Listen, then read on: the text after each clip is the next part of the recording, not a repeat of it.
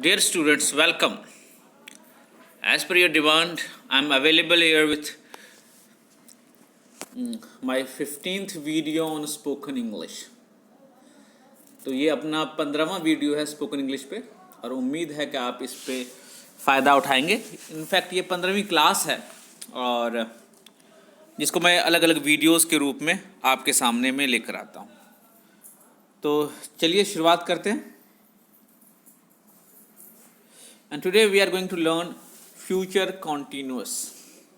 इसको हम हिंदी में कहते हैं भविष्य काल और ये कंटिन्यूअस है, मतलब इसमें वर्क कंटिन्यू होता है। ओके, और अगर इसकी हम पहचान करें पंजाबी में या हिंदी में, तो हिंदी में इसकी पहचान है रहा होगा,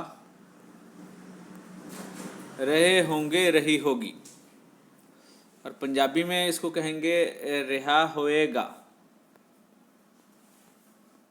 क्योंकि हम फ्यूचर में कोई बात रहा होएगा, रहे होंगे, रही होएगी, फ्यूचर में कोई चीज़ कंटिन्यू में चल रही है तो उसके ऊपर हम बात कर रहे हैं इसमें। तो याद रखें, इसमें अगर स्ट्रक्चर तो आपको याद होगा होपफुली। सब्जेक्ट है, वर्ब है और ऑब्जेक्ट है। बेसिक पैटर्न सेंटेंस का यही है इसमें। और यहाँ पे हेल्पिंग वर्ब लगेगा और कॉन्टिन्यूस के लिए वर्ब की फर्स्ट फॉर्म के साथ आईएनजी लगेगा।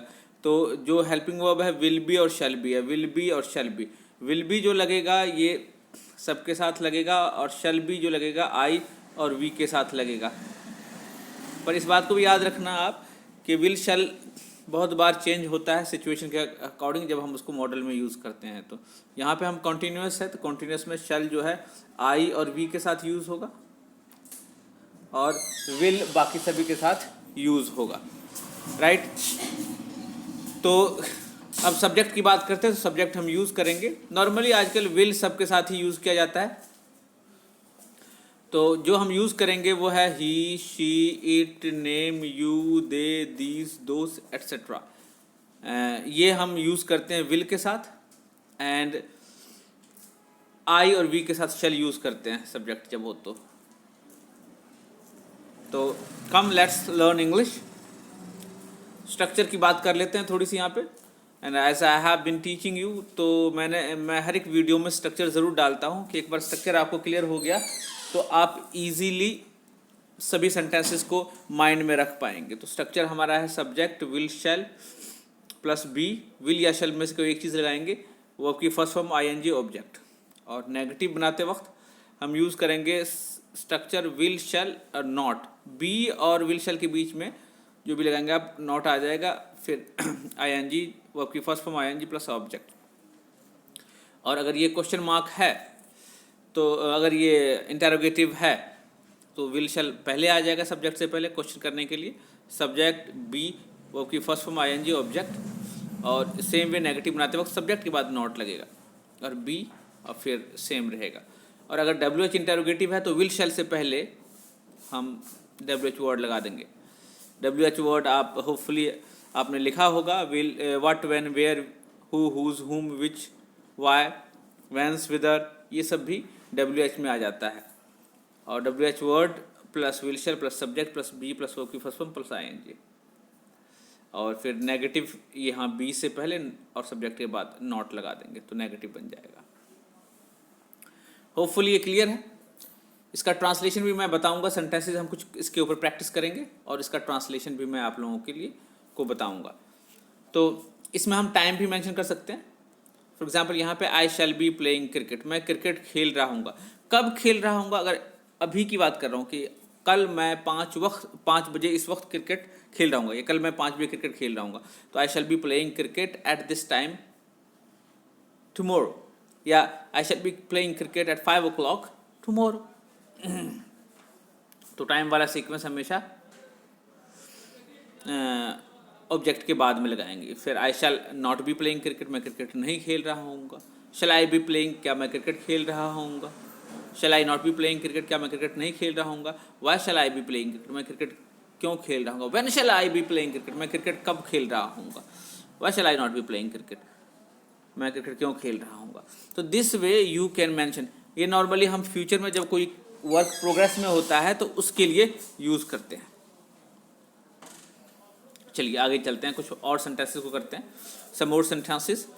We shall be going to school, हम स्कूल जा रहे होंगे. आई शैल बी कॉम्बिंग, मैं कंघी कर रहा हूँ. आई शैल बी वॉकिंग, मैं चल रहा हूँ. I shall be listening Hindi songs, मैं हिंदी गाने सुन रहा हूँ.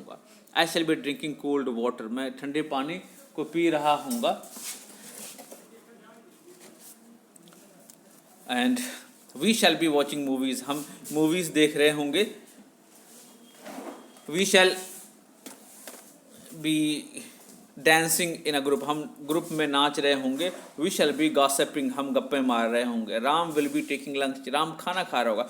Eight this time Ram will be taking lunch, अभी राम खाना खाओगा. या फिर Ram will be taking lunch eight this time tomorrow, कल राम इस वक्त खाना खा रहा होगा. इवन प्रेजेंट के लिए भी हम इसको यूज़ कर रहे होते कर लेते हैं. What will Ram be doing right now, Ram अभी क्या कर रहा होगा. तो Ram will be watching movie, Ram movie देख रहा होगा. And we are using future continuous for present, जहाँ पे हम प्रोबेबिलिटी के साथ चाहते हैं कि क्या कर रहा होगा, हम अंदाज़ा लगाते हैं. ही विल बी स्विमिंग, वो तैर रहा होगा. We will be taking tea, हम चाय पी रहे हैं. याद रखें इसमें अगर टाइम मेंशन करना चाहते हैं फ्यूचर के लिए तो यहाँ पे आप ऑब्जेक्ट के बाद टाइम मेंशन कर सकते हैं. Keep in mind. Then we have you will be cooking fast food, तुम फास्ट फूड बना रहे होगे. या फिर डिनर के लिए तुम फास्ट फूड प्रिपेयर कर रहे होगे. अगर हम डिनर ऐड करना चाहते हैं तो will add dinner after this. Then they will be sitting in the park, वो पार्क में बैठ रहे होंगे. दे विल बी गोइंग, या फिर बैठे हुए होंगे, इस उसके लिए भी यूज़ कर सकते हैं इसको. Keep in mind. जब कोई पूछता क्या कर रहे होंगे यार वो, तो they will be sitting, just they will B loafing, they will be walking, they will B. इस तरह की सिचुएशन हम क्रिएट कर सकते हैं प्रेजेंट के लिए भी, जब हमें पता नहीं हो एग्जैक्टली क्या कर रहे होंगे. तो they will be going to abroad next month, वो नेक्स्ट मंथ अब्रॉड जा रहे होंगे. दे विल बी टीचिंग, वो पढ़ा रहे होंगे. Air will be blowing fast, हवा तेजी से चल रही होगी वहाँ पे. फॉर एग्जाम्पल देयर आप ऐड कर सकते हो. The girls will be cleaning their classes, लड़कियाँ अपने क्लासेस को साफ कर रही होंगी. Those boys will be playing hockey, वे लड़के हॉकी खेल रहे होंगे. And the girls will be taking good marks, girls अच्छे नंबर ले रही होंगी. I shall be reading novel these days, I shall be reading novel next month these days, या इन अगले महीने इन दिनों में, यानी कि इन डेट्स में, ये जो दिन हैं इन, तो उसके लिए भी आप यूज़ कर सकते हो इस तरह से. We shall be planning for a new business, हम प्लानिंग कर रहे होंगे नेक्स्ट टाइम मेंशन करके हम ये सब कर सकते हैं. Keep in mind. इसके बाद हम टाइम मेंशन कर सकते हैं. Rama will be taking medicine. Star will be sparkling in the sky. Our mind will be giving ideas. We shall be providing help for needy people. या we shall be providing help to needy people भी आप यहाँ use कर सकते हो. और meaning में थोड़ा सा डिफरेंस साथ ऑलमोस्ट सिमिलर मीनिंग निकल जाता है इसका. तो क्लियर है यहाँ तक आप लोगों को. चलिए एक टॉपिक देख लेते हैं, जो टॉपिक बनाया है मैम ने, उसी टॉपिक को हम थोड़ा सा एक्सप्लोर कर लेते हैं. I shall be getting up late next month because it will be holidays, मैं अगले महीने देरी से उठ रहा हूँगा क्योंकि हॉलीडेज होंगे. I shall be going to walk daily, मैं रोज़ाना सैर के लिए जा रहा हूँ. I shall be doing some exercise and yoga daily, हर दिन मैं कुछ एक्सरसाइज और योगा कर रहा हूँ. I shall be preparing favourite breakfast for my family, मैं अपने फैमिली के लिए फेवरेट ब्रेकफास्ट तैयार कर रहा हूँ छुट्टियों में. अगले मंथ की बात हो रही है ये सारी. And I shall be going to tourist places with my family. I shall be clicking photos of beautiful scene, और beautiful sights यहाँ पे कह सकते हो, right? और beautiful sight जगह के लिए होता है, sight देखने के लिए जो हम यूज़ करते हैं, we use that. तो और beautifully scene की फ़ोटो भी. I shall be enjoying beautiful moments. I shall be meeting my relatives next month क्योंकि holidays होंगे. I shall be sharing beautiful moments with them, with my relatives. I shall be reading some religious book. I shall be preparing my video classes. I shall be doing some light exercise and walk in the evening daily. I shall be playing badminton with my kids. I shall be taking favorite snacks. I shall be taking tea in the evening. I shall be taking dinner at 8 p.m. regularly. Next month regularly या daily ही 8 p.m. पे lunch कर रहा हूँ. I shall be walking after dinner. I shall be watching some videos on my phone. I shall be sleeping at 12 p.m. क्योंकि late होगा, छुट्टियाँ होंगी तो we can do that. I shall be enjoying holidays. So this is how you can talk about future events that you are planning to do in this tense. Let's talk about now homework. As I have told you already कि अगर आप 500, 1000, 2000, 3000 sentences बनाते हैं किसी tense में तो you become perfect और near to perfect in that. तो इस हिसाब से आपकी एबिलिटी बढ़ती है। और इसी तरह से इसमें भी आपने 500 से 1000 सेंटेंसेस बनाने हैं और ट्रांसफॉर्म दो सेंटेंसेस इनटू नेगेटिव, उनको नेगेटिव और इंटरोगेटिव में बदलना है और फिर उसके बाद ट्रांसलेट दो sentences into Hindi and Punjabi, उन सेंटेंसेस को हिंदी और पंजाबी में ट्रांसलेट भी करना है to be perfect in that. And उसके बाद right about what you will be doing in holidays, what will I be doing tomorrow, मैं कल क्या कर रहा हूँगा इस टाइम, इस तरह के सेंटेंसेस के ऊपर प्रैक्टिस करें। So with that you will be become better and better in this tense. So with this I end my video here. आप कमेंट करें और सेंटेंसेस लिख कर भी बताएं कमेंट में ताकि मैं ये समझ सकूं कि you have understood this.